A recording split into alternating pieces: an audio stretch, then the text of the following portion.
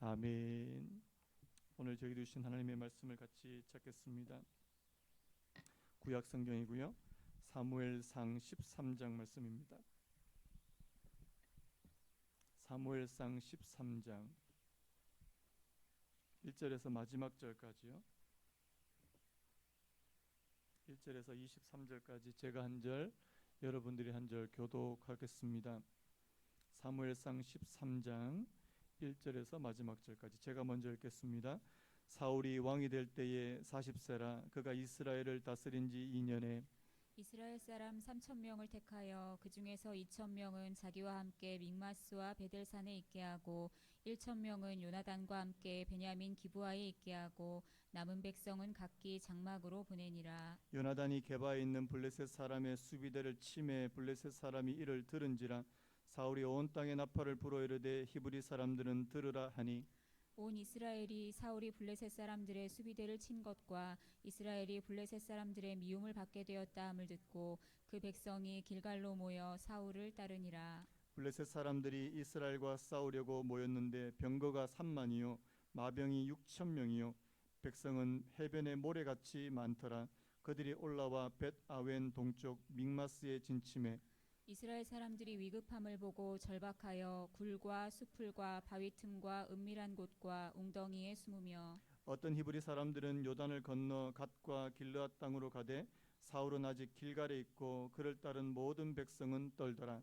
사울은 사무엘이 정한 기한대로 이레 동안을 기다렸으나 사무엘이 길갈로 오지 아니하매 백성이 사울에게서 흩어지는지라. 사울이 이르되 번제와 화목 제물을 이리로 가져오라 하여 번제를 드렸더니 번제 드리기를 마치자 사무엘이 온지라. 사울이 나가 맞으며 무난하매 사무엘이 이르되 왕이 행하신 것이 무엇이냐 하니 사울이 이르되 백성은 내게서 흩어지고 당신은 정한 날 안에 오지 아니하고 블레셋 사람은 믹마스에 모였음을 내가 보았으므로 이에 내가 이르기를 블레셋 사람들이 나를 치러 길갈로 내려오겠거늘 내가 여호와께 은혜를 간구하지 못하였다 하고 부득이하여 번제를 드렸나이다 하니라. 사무엘이 사울에게 이르되 왕이 망령되이 행하였도다. 왕이 왕의 하나님 여호와께서 왕에게 내리신 명령을 지키지 아니하였도다. 그리하였더라면 여호와께서 이스라엘 위에 왕의 나라를 영원히 세우셨을 것이거늘 지금은 왕의 나라가 길지 못할 것이라. 여호와께서 왕에게 명령하신 바를 왕이 지키지 아니하였으므로 여호와께서 그의 마음에 맞는 사람을 구하여 여호와께서 그를 그의 백성의 지도자로 삼으셨느니라 하고 사무엘이 일어나 길갈에서 떠나 베냐민 기브아로 올라가니라. 사울이 자기와 함께한 백성의 수를 세어보니 600명 가량이라.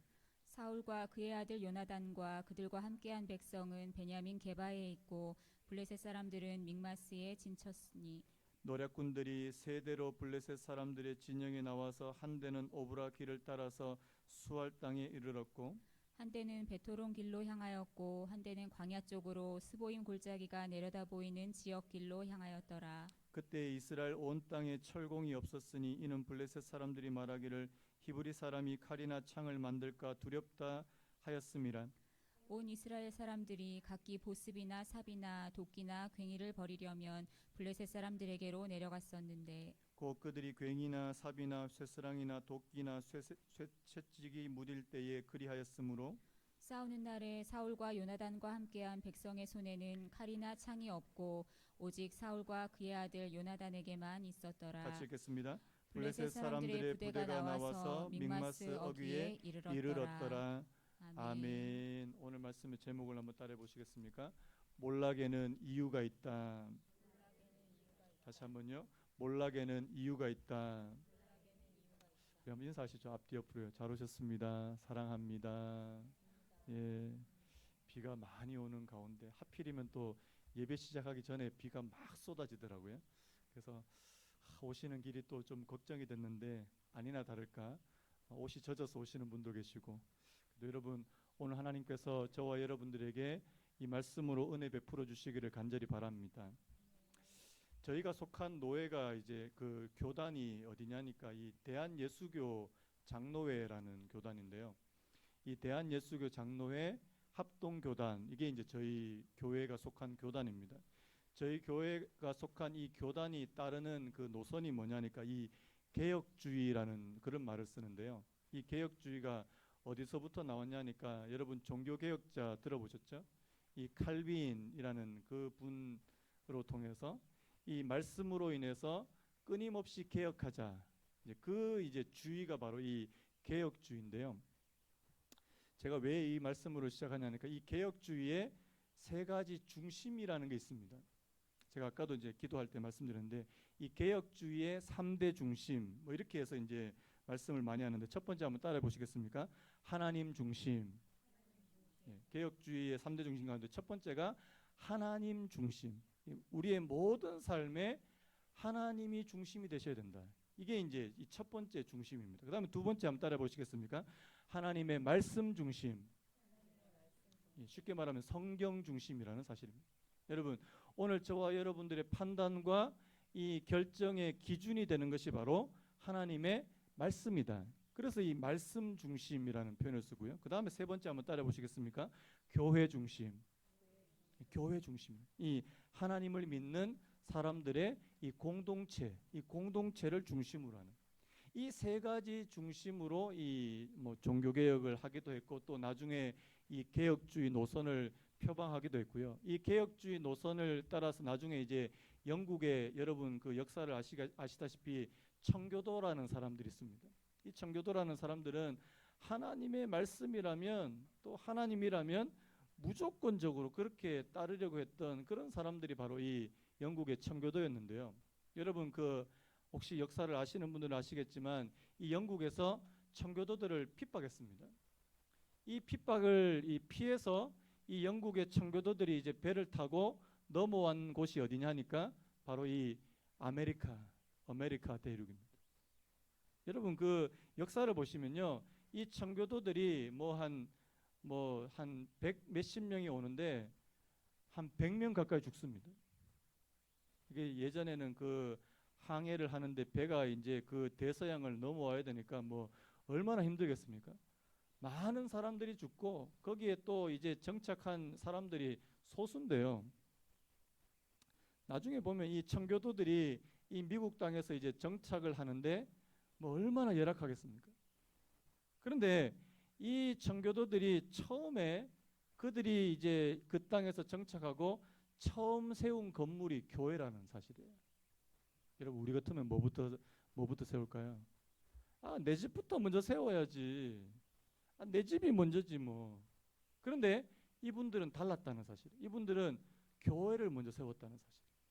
그래서 그들이 힘을 합쳐서 교회를 세우고 하나님 앞에 그들이 이제 처음 만든 게 이게 추수감사절 아닙니까? 추수가 1년에 한 번 추수하고 하나님 앞에 감사하는 추수감사절이 여기서부터 나왔는데요. 그래서 그들이 이제 교회를 세우고 그 다음에 이제 두 번째로 세운 게 뭐겠습니까? 그 다음에 집을 세워야 되죠. 아닙니다. 학교를 세웠다는 사실. 아이들을 가르치고 아이들을 교육하기 위한 학교를 세웠다는 사실. 그 다음에 자기들의 집을 세웠다는 사실. 여러분 저는요, 미국이 요즘에 보니까 미국 별로 좋지도 않고 막 그런데도 이 조상들을 너무 잘 만났어요. 여러분 이런 조상들의 후손들이 복을 받게 될 줄로 믿습니다. 아멘 하시죠 빨리. 네. 여러분 이 자기 조상들이 이 청교도 정신을 가지고 막 이렇게 하나님을 중심으로 해서 그렇게 살아가는 사람들이 중심으로 해서 이렇게 나라를 세우니까 여러분 나라가요. 저도 한 미국 3년 살아봤지만 너무 넓어요. 우리는 차를 타고 한 30분만 가면은 산이 나오잖아요. 그 나라는 6시간, 7시간을 타고 가도 산이 안 보여요. 제가 예전에 한번 이렇게 한번 이렇게 횡단하면서 한번 운전을 해봤는데 가도 산이 없어요. 얼마나 부럽던지. 우리도 조상을 잘 만났으면 이 땅에서 우리가 살 수 있을 텐데. 뭐 그런 생각도 하면서. 그래서 제가 이제 이 청교도 생각이 나는 거예요. 제가 왜 오늘 이 말씀을 드리냐니까요. 여러분 하나님 중심으로 살아가는 사람이 하나님을 믿는 사람인 줄로 믿습니다. 하나님의 말씀을 중심으로 해서. 여러분 오늘 저와 여러분들의 삶의 중심에 하나님이 계시느냐, 하나님의 말씀 성경이 있느냐, 그리고 하나님을 믿는 사람들이 모여있는 그 공동체가 그 중심에 있느냐, 굉장히 중요한 거거든요. 여러분 나중에 그 민수기서를 보시면 그 이스라엘 12지파가 이제 이 진을 이루어서 쫙 이렇게 이 진군하는 행진하는 그런 모습을 보이는데요. 여러분 그 12지파가 이제 뭐 세 지파 이렇게 나눠서 이제 가는데 그 맨 중앙에 뭐가 있는지 아십니까? 하나님의 언약궤가 있는 그 레위 지파들이 하나님의 언약궤를 메고 가는, 여러분 그건 뭘 말씀하냐니까요. 오늘 저와 여러분들의 삶의 가장 중심에는 뭐가 있어야 되느냐는 사실이에요. 여러분 하나님이 계셨으면 좋겠습니다. 하나님의 말씀이 거하기를 예수님의 이름으로 축복합니다. 오늘 여러분 이 세 가지 잣대로 오늘 이 사울을 한번 평가해 보십시오. 오늘 이 세 가지 잣대로 이 사울을 한번 평가해 보자는 거예요. 여러분 오늘 말씀은요, 이 사울이 이제 블레셋과의 전투 가운데서 지금 일어난 일인데요. 자, 지금 상황을 한번 보십시오. 자, 5절부터 먼저 볼게요. 블레셋 사람들이 이스라엘과 싸우려고 모였는데 병거가 3만이요 마병이 6천 명이요 백성은 해변에 모래같이 많더라. 그들이 올라와 벳아웬 동쪽 믹마스에 진침해. 여러분 우리가 바로 2장 앞입니다. 11장에서 이 사울이 암몬 자손으로 이제 인해서 이 길르앗 야베스 사람들이 이제 공경을 당할 때, 공경에 처했을 때 사울에게 하나님의 영이 임하게 되고 거룩한 분노가 임해서 백성들을 다 모으니까 백성들이 얼마나 모였습니까? 33만 명이. 기억 잘 안 나십니까? 33만 명이 모였어요. 그런데 여러분 오늘 13장 바로 이제 2장 넘어서 딱 왔는데요. 여러분 오늘 여기 말씀 보면 하나님의 영이 사울에게 임했다 뭐 이런 표현도 없고요. 하나님의 거룩한 분노가 이 사울에게 임했다 이런 표현도 잘 없고요. 그래서 왜 이런 전투를 벌였는지 모르는데 앞에서 보니까 이 사울의 아들 요나단이 먼저 데리고 가서 이제 이 블레셋의 싸움을 걸었습니다. 자, 그런데 보세요. 자, 다른 거는 다 차치하고요. 자, 6절부터 보십시오. 자, 6절, 7절 우리 같이 한번 읽겠습니다. 6절, 7절 시작. 이스라엘 사람들이 위급함을 보고 절박하여 굴과 수풀과 바위 틈과 은밀한 곳과 웅덩이에 숨으며 어떤 히브리 사람들은 요단을 건너 갓과 길르앗 땅으로 가되 사울은 아직 길갈에 있고 그를 따른 모든 백성은 떨더라. 지금 어떤 상황이에요? 지금 이스라엘은 수적으로도 완전히 열세 가운데 있고, 여러분 지금 보니까 이 블레셋 사람들이 얼마나 많으냐니까요. 병거가 3만. 이 병거가 3만이란 말은 이 사람이 3만이란 말이 아니고요. 그 이 말이 이끄는 그 마차, 이 병거, 이 오늘날로 말하면 이제 뭐 탱크 이 정도 됩니다. 병거가 3만, 마병이 6천 명. 그러면 도대체 거기 참가한 이 군인 숫자는 얼마나 되냐 말입니다. 이 셀 수 없이 많더라. 해변에 모래같이 많더라. 여러분 보통 이제 많다 표현할 때 이제 해변에 모래와 같더라. 여러분 그 사실을 보고 지금 이스라엘 백성들이 지금 어떤 상황에 처한 겁니까? 마음에 두려움이 확 찾아온 거예요. 이스라엘 백성들이 위급함을 보고 절박해서 숨었다. 여러분 지금 블레셋 사람들과 지금 싸움을 해야 되는데 숨어버렸다는 사실입니다. 그 다음에 더 심한 거는 어떤 히브리 사람들은 요단을 건너 갓과 길르앗 땅, 이 갓과 길르앗 땅은 요단 동쪽 오른쪽 편이라고 말씀을 드렸는데요. 자, 지금 전쟁을 해야 되는 군인들이 자, 강을 건너서 도망갔다. 이거를 뭐라고 합니까? 탈영이라고 그럽니다. 탈영. 여러분 군대 갔는 친구가 이제 허락도 없이 나오면 뭐가 됩니까? 탈영병이 되는 거죠. 여기 지금 이제 탈영병들이 이제 속출하게 되는. 여러분 아주 위급한 상황입니다. 그런데 여러분 가만히 보면요, 오늘 저와 여러분들은요 위급할 때 저와 여러분들의 진짜 신앙의 모습이 드러나더라고요. 자, 인정하시는 분만 하면요. 평소 때는 잘 안 드러나요. 평소 때는 이제 어려움이 없을 때는 이렇게 교양을 갖출 수 있습니다. 옷도 잘 제가 오늘 좀 옷 마음에 드십니까? 좀 신경 좀 썼거든요. 옷도 좀 잘 차려입고 예뻐요. 옷도 잘 차려입고 안녕하세요, 반갑습니다, 좋은 밤이에요. 교양으로 그렇게 커버가 돼요. 그런데요, 여러분, 저와 여러분들에게 다급한 일이 찾아오고 위급한 일이 찾아오고 힘든 일이 찾아오면 우리의 이제 민낯이 드러나는 거 아닙니까? 어떤 사람들은 막 분노하기도 하고 어떤 사람들은 두려워서 벌벌 떨기도 하고. 여러분, 오늘 저와 여러분들의 신앙의 참된 모습은요, 그 사람에게 어려운 일이 한번 딱 찾아온 것을 보면 알 수 있다는 사실이에요. 여러분, 여러분들의 진짜 실력은 거기서 나오는 겁니다. 저는요, 신앙도 실력이라고 생각합니다. 인정하시는 분만 하면요. 애들이 공부하는 실력이 언제 드러납니까? 애들이 제일 무서워할 때가 언제예요? 기말고사. 시험의 때가 앞두면 마치 종말의 때가 임하는 것처럼 느껴져요. 마치 종말의 때. 왜?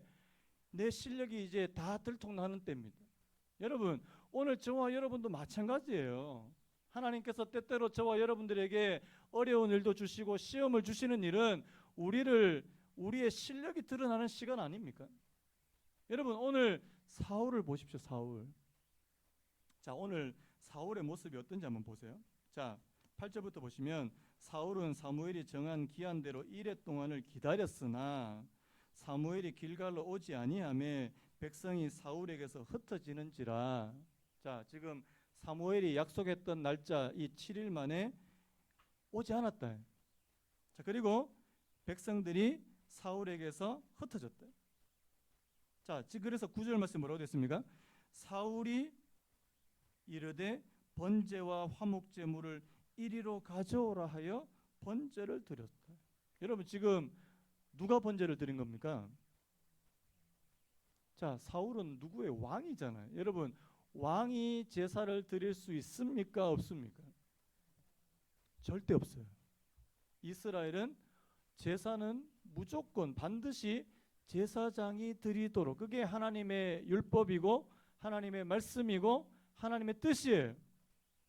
그런데 오늘 지금 사울은 왕으로서 해야 할 수 없는 일을 해버렸다는 사실입니다.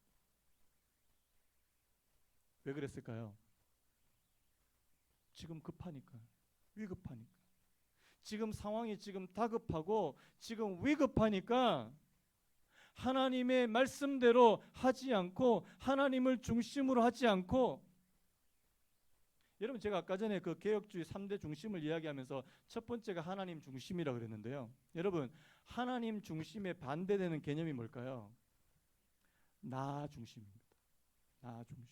자, 오늘 말씀을 한번 보세요. 자, 11절 말씀이에요.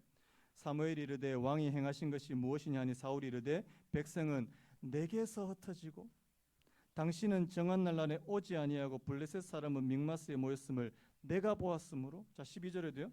이에 내가 이르기를 블레셋 사람들이 나를 치러 길갈로 내려오겠거늘 내가 여호와께 은혜를 간구하지 못하였다 하고 부득이하여 번제를 드렸나이다. 여기 저 지금 뭐가 많이 나와요? 내가. 지금 사울은요, 나 중심이라는 사실입니다. 하나님 중심이 아닙니다. 나 중심이에요. 그래서 내가 바쁘고 내가 위급하고 내가 힘들고 모든 것이 자신을 중심으로 하고 있다는 사실이에요. 여러분, 하나님 중심의 정반대편에 있는 것이 바로 나 중심이라는 사실입니다. 여러분, 우리가 신앙을 갖고 있다고 말하지만 죽을 때까지 나 중심에서 못 벗어나는 분들이 있습니다. 죽을 때까지. 여러분, 하나님 안 믿는 사람들은 원래 나 중심이에요. 하나님 안 믿는 사람들은 원래 나 중심, 자기 중심이에요. 여러분, 오늘날 같은 이런 시대는요, 가면 갈수록 더 자기 중심적입니다. 요즘 애들을 가리켜서 이 미 제너레이션이라고 그러는데요. 내가 괜찮다는데. 여러분, 모든 가치의 그 판단 기준은 자기 자신이에요. 이게 나 중심 아닙니까? 여러분, 그런데 하나님을 믿는 사람이 여전히 나 중심적으로 살아가는 거예요. 그게 몰락의 첫 번째 원인이라는 사실입니다. 여러분, 오늘 말씀의 제목을 제가 몰락에는 이유가 있다, 그렇게 잡았는데요. 여러분, 오늘 사울이 몰락하게 되는 첫 번째 이유는 바로 뭐냐니까 자기 중심적인 사고방식이었다. 무조건 나. 여러분, 나에서부터 하나님으로 옮겨가는 것이 신앙생활인 줄로 믿으시는 은혜가 있기를 간절히 바랍니다. 여러분, 그 왜 사형리 아시잖아요. 사형리 보시면 그 이렇게 동그라미 해서 뒤 안에 의자 하나씩 있고 왜 그 그림 아시죠? 보신 적 있죠?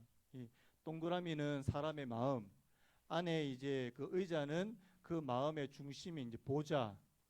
그 마음의 중심 보좌에 자 누가 앉아 있습니까? 내가 앉아 있고. 자 예수님이 밖에 있으면 그 사람은 불신자.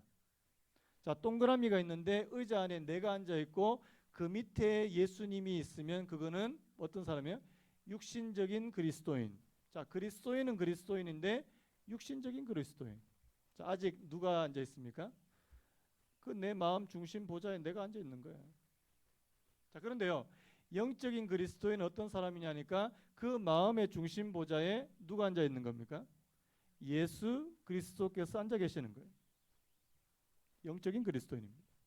여러분 오늘 저와 여러분들의 마음의 중심의 보좌에는 누가 계십니까? 점검해 봐야 됩니다. 하나님 내 마음 중심에 내가 아니라 주님께서 앉아 계시는 거예요. 그럼 나는 어디 가야 될까요? 난 예수님하고 나란히? 여러분 우리 마음속에 있는 의자는 1인용 의자입니다. 한 사람밖에 못 앉습니다. 예수님께서 그 자리에 앉아 계시면 나는 그 밑으로 그 발 밑으로 내려와야 돼요. 여러분 그것이 바로 영적인 그리스도인이라는 사실을 믿으시는 은혜 있기를 간절히 바랍니다. 많은 사람들이 신앙생활하지만 여전히 자기중심적인 신앙생활이에요.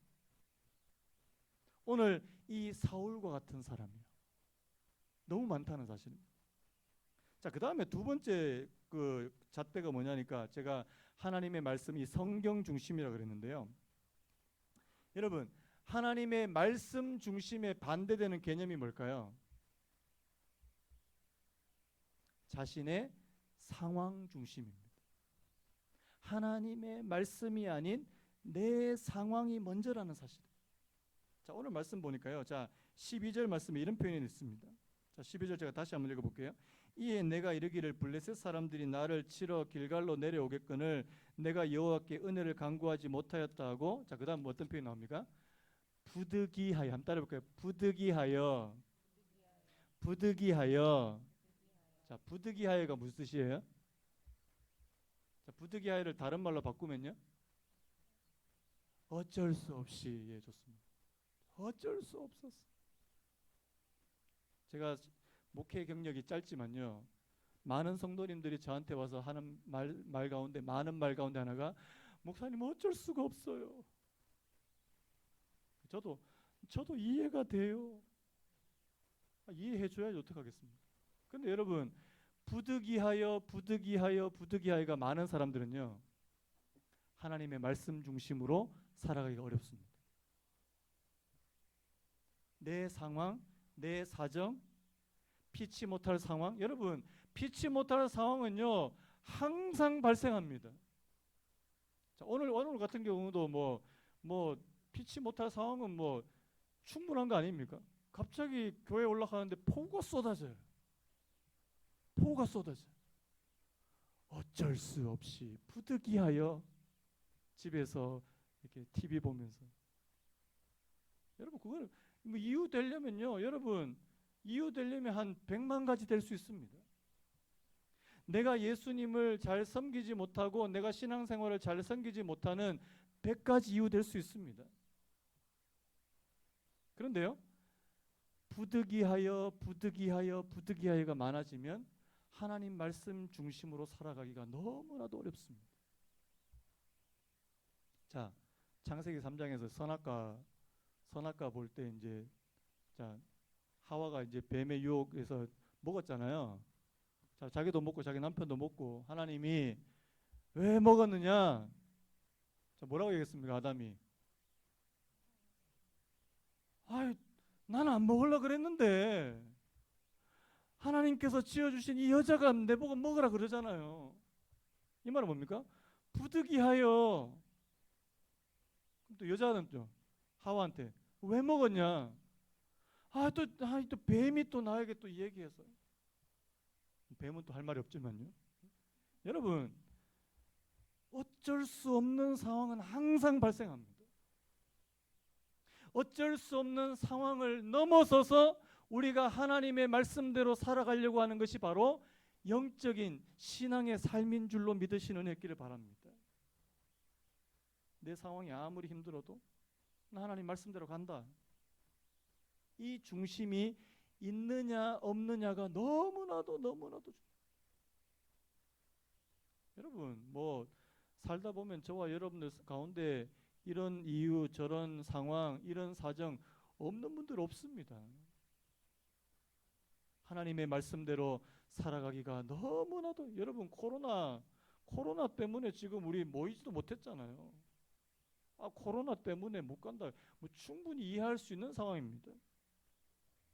그런데요, 이것이 많아지고 쌓여지고 여러분, 자, 사울이 지금 제사를 지금 사무엘도 안 오고 백성은 지금 다 흩어지고 블레셋은 자기를 쳐들어오려고 하니까, 자, 여러분, 이유가 충분해요, 안 충분해요? 충분해요. 어쩔 수 없잖아요. 어쩔 수 없잖아요. 여러분, 이런 상황에도 우리가 진짜 하나님의 말씀대로 살 수 있느냐는 사실.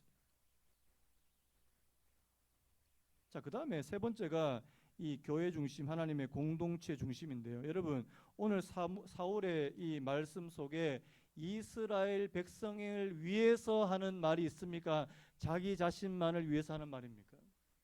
한번 생각해 보세요. 자, 이스라엘 백성들을 위해서 지금 이렇게 한 겁니까? 아니면 자기 자신을 위해서 한 겁니까? 솔직하게 자신을 위해서 한 거잖아요.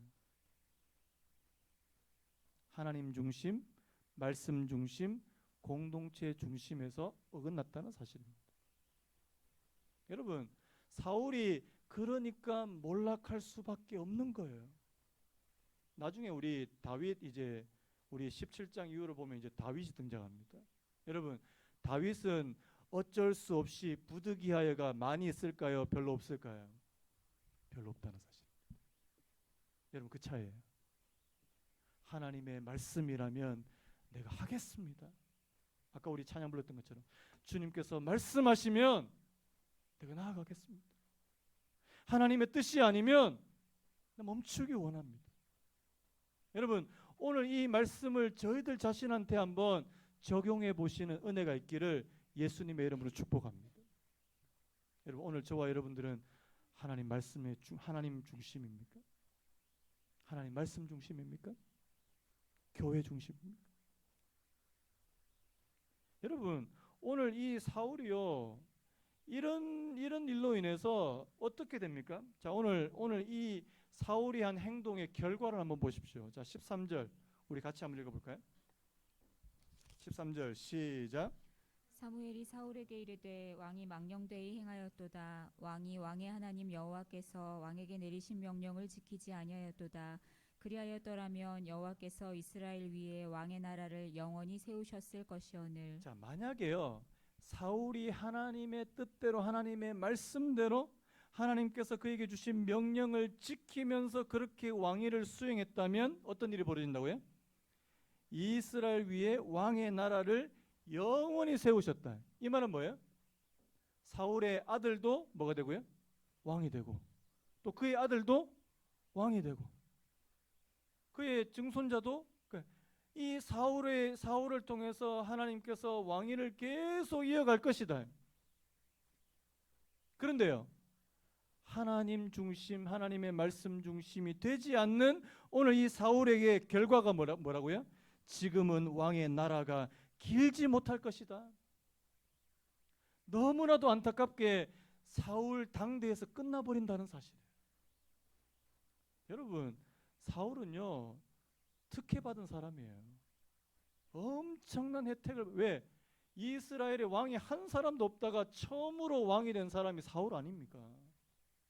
그런데 그렇게 혜택을 받았는데 이제 하나님의 말씀대로 하나님의 말씀에 순종하는 그런 왕만 되면 그의 모든 자손이 그의 자손을 통해서 왕위가 이어져 갈 건데, 오늘 이 사울의 한 사람의 이 행동과 이런 불신 때문에, 이런 불신앙 때문에 그의 집안이 몰락하게 되더라는 사실입니다.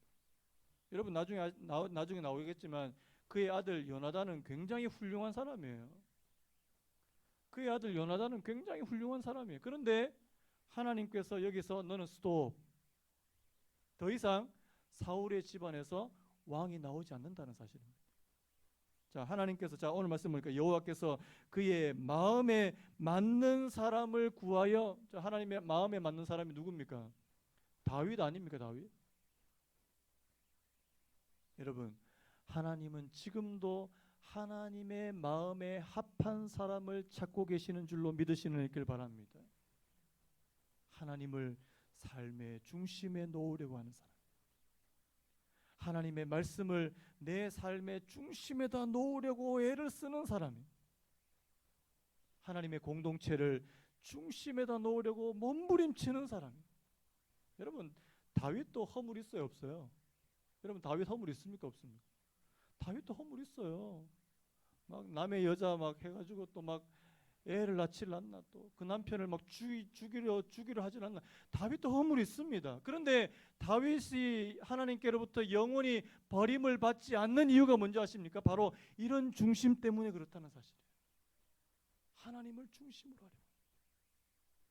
죄송한 말씀이지만 사울은 버림을 받는다는 사실.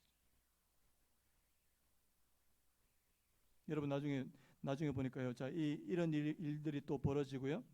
자, 밑에 보니까 이 사울과 사울을 따르던 백성들을 한번 보십시오. 자, 15절 보니까 사울이 자기와 함께한 백성의 수를 세어 보니 600명 가량이다. 앞에서 이 원래 처음에 따르던 무리가 3,000명. 그 중에서 1,000명은 요나단과 함께하고, 그 다음에 2,000명이 사울과 함께했는데 그 2,000명은 다 뿔뿔이 흩어지고 몇 명 남았다고요? 600명 남았더라는 사실.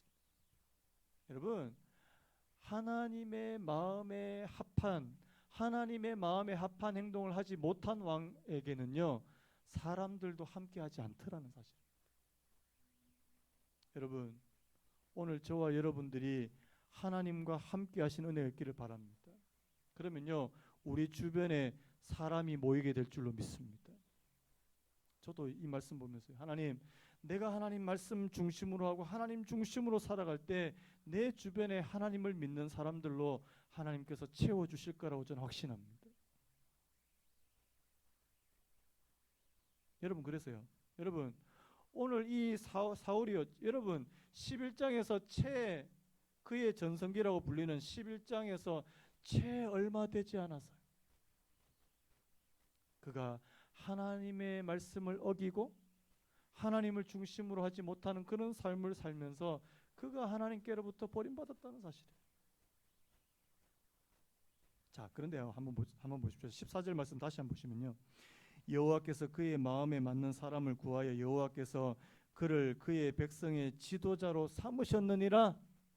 자, 사무엘을 통해서 하나님께서 이미 사울의 왕위가 이제 사울 당대에서 끊어지게 하시고 새로운 지도자를 세우실 것이다, 이렇게 말했는데요. 자, 여러분, 사울이 이 말을 심각하게 들었을까요? 못 들었을까요? 심각하게 못 들었습니다. 나중에 여러분 15장으로 넘어가시면요, 사울의 불순종이 또 나온다는 사실입니다. 하나님께서 사무엘을 통해서 네 나라가 영원하지 못할 것이다. 하나님께서 하나님의 마음에 합한 사람을 새로 지도자로 삼았다. 여러분, 이런 말을 들으면요, 사울의 마음에 어떤 마음이 들어야 정상이에요? 내가 잘못했습니다. 하나님 앞에 막 울면서 회개도 하고. 그런데요, 사울은 그게 없어요. 사울에게는 회개가 없습니다. 눈물의 회개가 없습니다. 여러분, 나중에 제가 다윗과 사울을 계속 좀 비교하고 대조하겠지만요, 여러분, 다윗에게는 눈물의 회개가 있습니까? 없습니까? 있어요. 여러분 잘 아시는 뭐 시편 51편도 다윗의 회개가 구구절절히 나와 있습니다. 다윗에게는 눈물의 회개가 있다면 사울에게는 눈물의 회개가 없다는 사실. 여러분 오늘 저와 여러분도 잘못 행할 수 있습니다. 하나님의 말씀에 불순종할 수도 있습니다. 하나님의 말씀 중심으로 하나님 중심으로 살아가지 못했을 수도 있습니다. 그런데요, 오늘 저와 여러분들이 돌이켜서 회개할 때 하나님께서 저와 여러분들에게 은혜를 베풀어 주실 줄로 믿습니다. 그래서 여러분 오늘 말씀을 통해서 우리 자신 한번 점검해 보자고요. 하나님, 나는 하나님을 중심으로 해서 살고 있습니까? 하나님 중심으로 살고 있습니까? 그리고요, 하나님의 말씀이 내 삶의 기준이 되어 있습니까?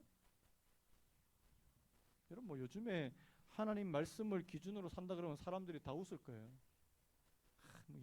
고리타분한 소리 좀 하지 말았죠. 언제적 말씀인데 그 2000년 3000년 전의 말씀을 기준으로 해서 삼는다고? 여러분 하나님의 말씀은 어제와 오늘과 내일이 동일한 줄로 믿습니다. 저와 여러분들이요, 그래서 여러분 그 신학교에 가면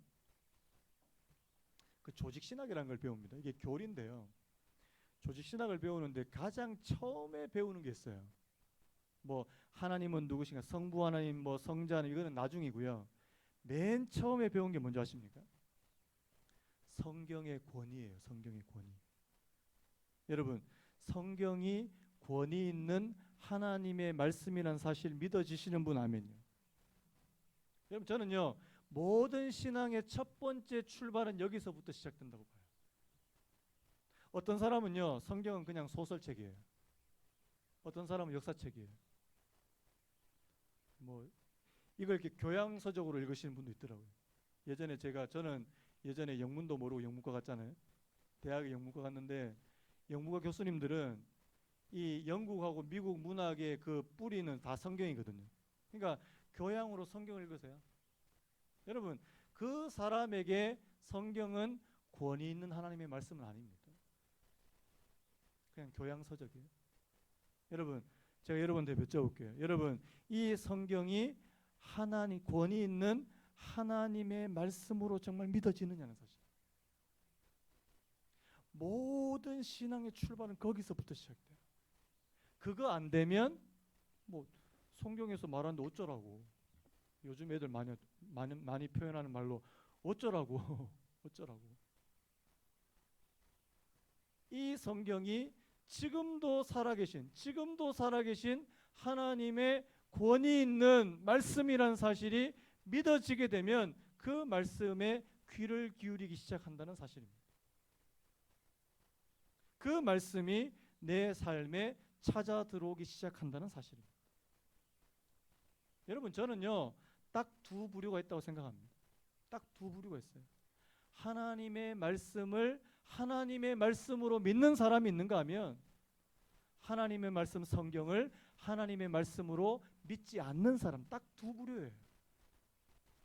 여러분 저와 여러분들은 하나님의 말씀 성경을 하나님의 말씀으로 믿으시는 은혜가 있기를 예수님의 이름으로 축복합니다.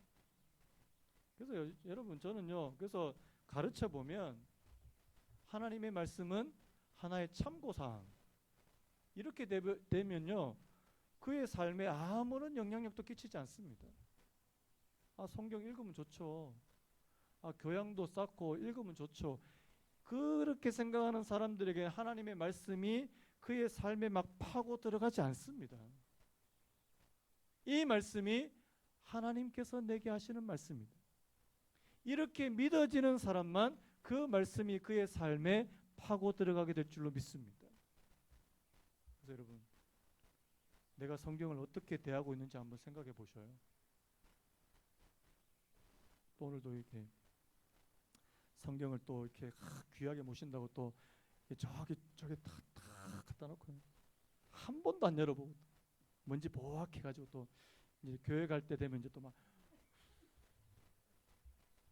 그렇게 하지 마시고, 여러분 하나님께서 내게 하신 말씀이라면요, 궁금하지 않습니까? 궁금하신 분 하면, 궁금하면 500원.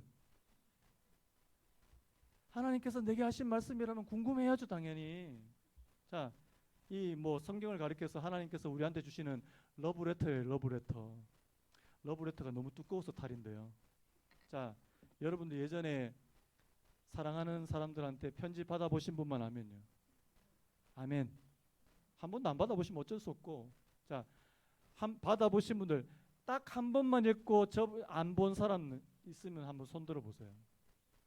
자, 사랑하는 사람이 나한테 편지를 썼는데, 자, 한번 들춰보고, 아, 그렇네. 사랑이 별로 없어요.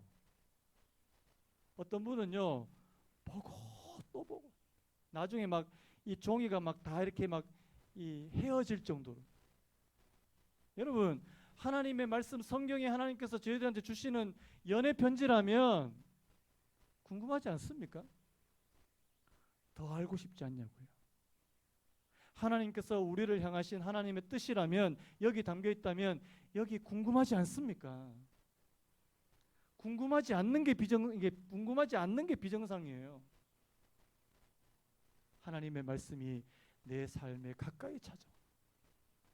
그 말씀에 영향을 받는 사람, 그 말씀이 내 삶의 중심 자리로 옮겨오는 사람이 바로 하나님을 바로 믿는 사람이라고 저는 생각합니다.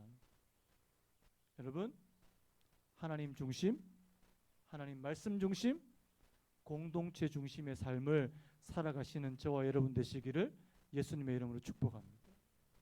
저는요, 그렇게 사는 사람은 반드시 하나님의 엄청난 은혜를 누린다고 저는 확신해요. 이 세 가지, 여러분, 다윗이 바로 이렇게 살았거든요. 다윗이 바로 그런 삶을 살았거든요. 그러니까 하나님께서 다윗에게 엄청나게 역사하시는 걸 보십시오. 오늘 저와 여러분도 하나님, 나도 이렇게 살기를 원합니다. 내가 이 땅에서 한평생 신앙생활할 때 그냥 시시하게 신앙생활하지 말고 정말 하나님께서 기뻐하시는 신앙생활 하기를 원합니다. 그렇게 결단해 보시는 저와 여러분 되시기를 간절히 바랍니다. 우리 아까 불렀던 찬양, 여러분 오늘 말씀하고요, 이 찬양하고 너무 맞지 않습니까? 주님 말씀하시면 내가 나아가리라. 주님 뜻이 아니면 내가 멈춰서리. 이거 여러분, 이게 하나님 중심 아닙니까? 하나님 말씀 중심 아닐까요?